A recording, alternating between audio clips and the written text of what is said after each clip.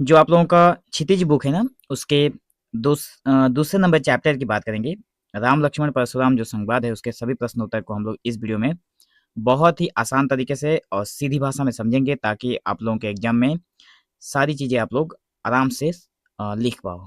ठीक है, और बिल्कुल आसान और सबसे सटीक प्रश्न का उत्तर लेकर हम आए हैं। ठीक है, देखिए, पहला प्रश्न था कि परशुराम के क्रोध करने पर लक्ष्मण ने धनुष के टूट जाने के लिए कौन-कौन से तर्क दिए थे या फिर दिए हैं?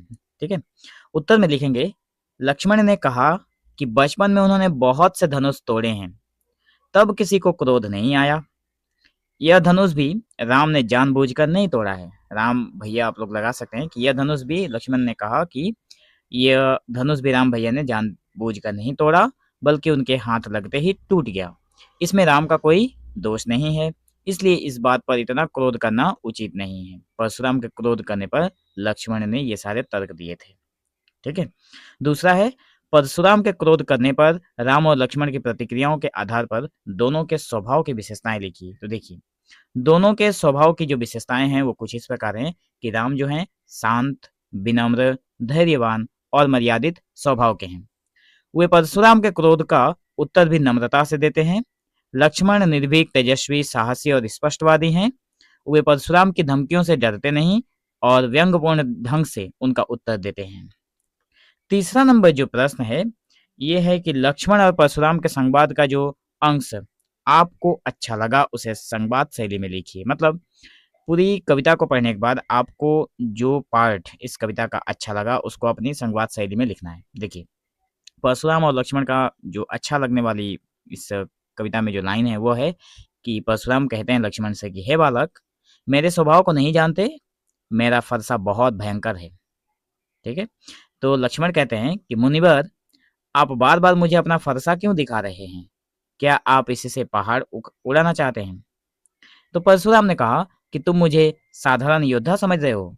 मैंने अनेक क्षत्रियों का नाश किया है। तो लक्ष्मण फिर से बोले कि वीर पुरुष अपनी शक्ति का बार-बार प्रदर्शन नहीं करते।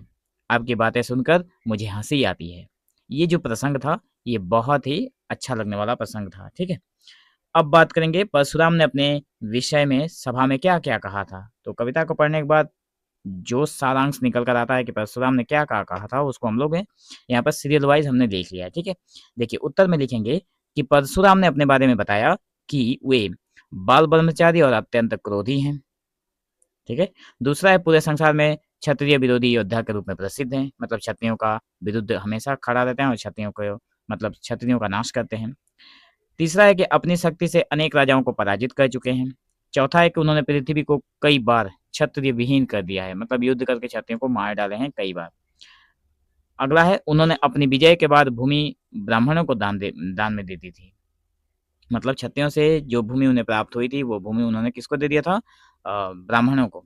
उन्होंने सहस्त्रबाहु की भुजाओं को काट दिया था।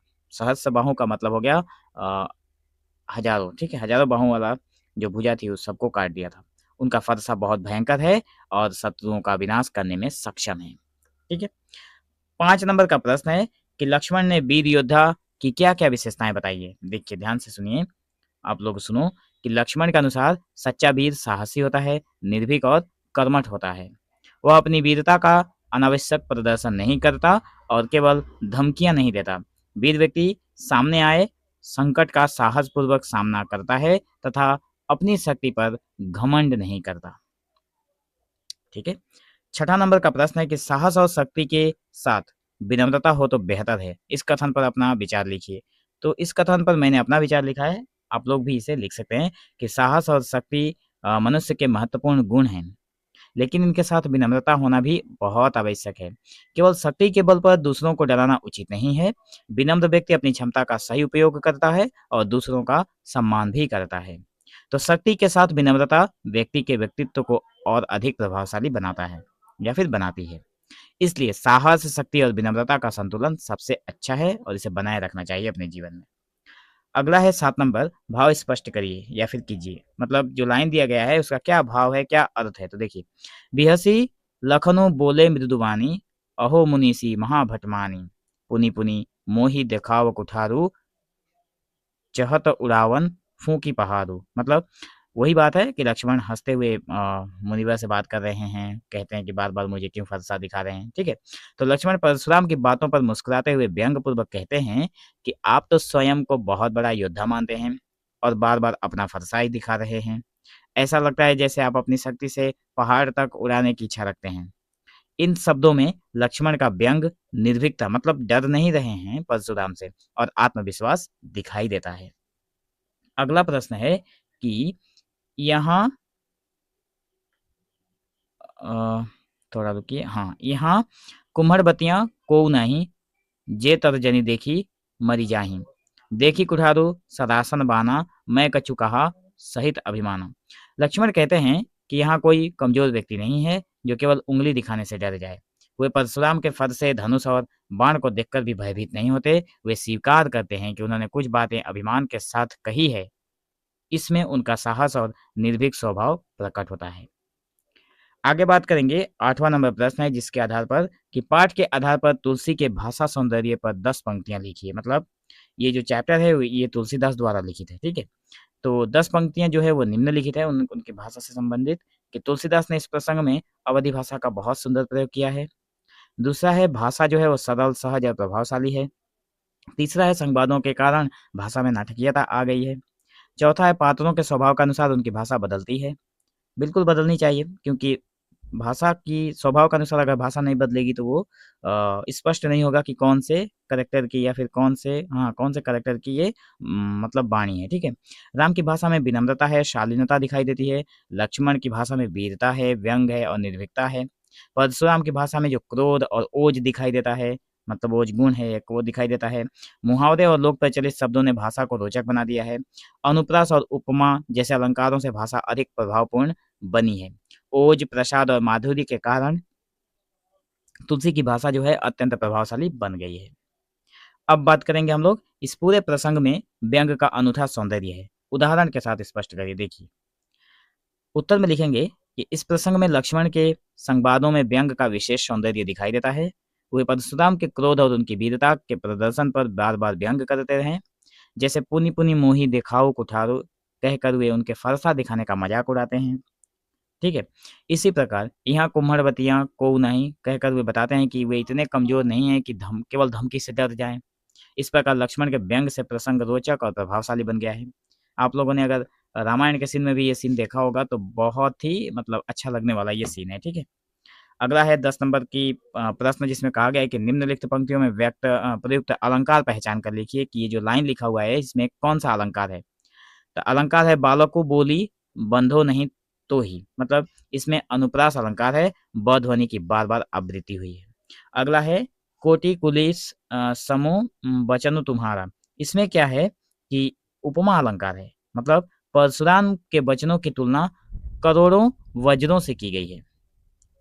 यहाँ सम उपमा का एक सूचक शब्द है। ठीक है, अब बात करेंगे हम लोग, जब आप लोग 10 नंबर का प्रश्न हल करने के बाद 11 नंबर में जब आप लोग आएंगे तो यहाँ पे रचना और अभिव्यक्ति के ऊपर दिया गया है। तो पहला प्रश्न यहाँ पे निकल कर आता है 11 नंबर का, जिसमें बताया गया कि क्रोध हमेशा नकारात्मक नहीं होता, इसके पक्ष या विपक्ष में अपना मत प्रकट कीजिए। तो हम लोग क्या करेंगे, इसके पक्ष में बात करेंगे, विपक्ष में बात नहीं करेंगे। ठीक है, मैं इस कथन के पक्ष में हूँ कि क्रोध हमेशा नकारात्मक नहीं होता।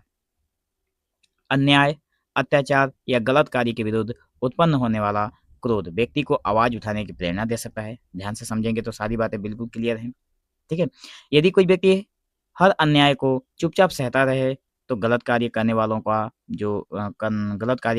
जो मनोबल है वो बढ़ सकता है। लेकिन क्रोध पर नियंत्रण रखना आवश्यक है, क्योंकि अनियंत्रित क्रोध नुकसान पहुंचा सकता है। इसलिए अन्याय के विरोध में उचित और नियंत्रित क्रोध सकारात्मक हो सकता है।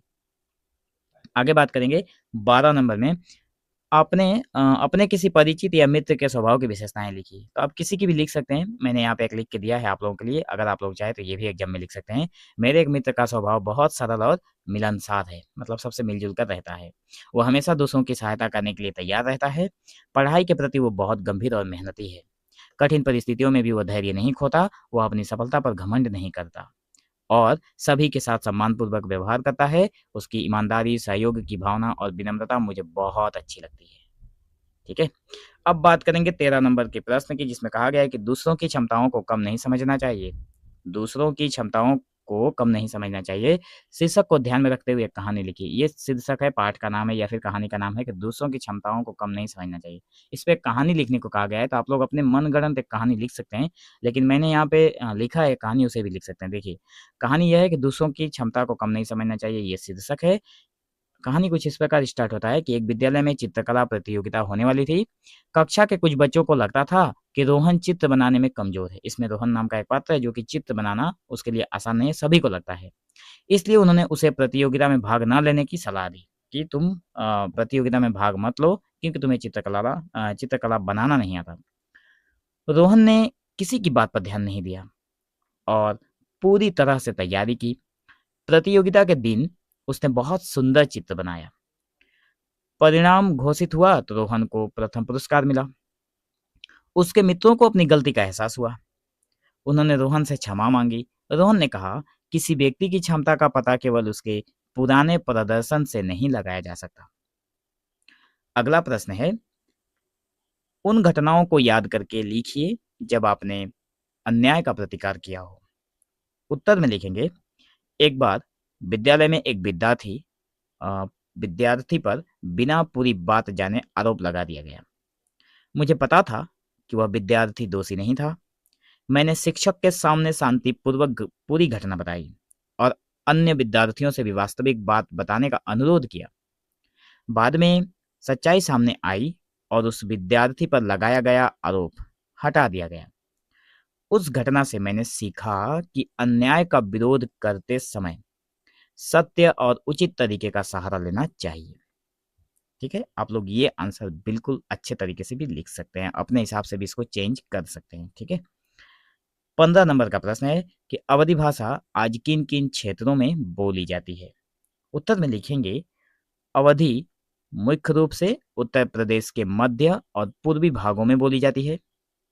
इसके प्रमुख क्षेत्र अयोध्या, लखनऊ, सुल्तानपुर, प्रतापगढ़, रायबरेली, बाराबंकी, उन्नाव और आसपास के क्षेत्र हैं।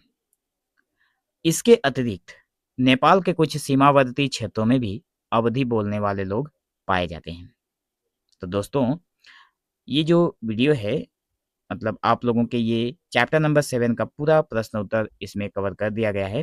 अगर आप लोगों को ये पीडीएफ चाहिए तो आप लोग टेलीग्राम, जो कि लिंक मिलेगा आप लोगों को डिस्क्रिप्शन में, वहाँ से जाकर आप लोग टेलीग्राम से पीडीएफ डाउनलोड करके आराम से घर पर बैठे पढ़ सकते हैं।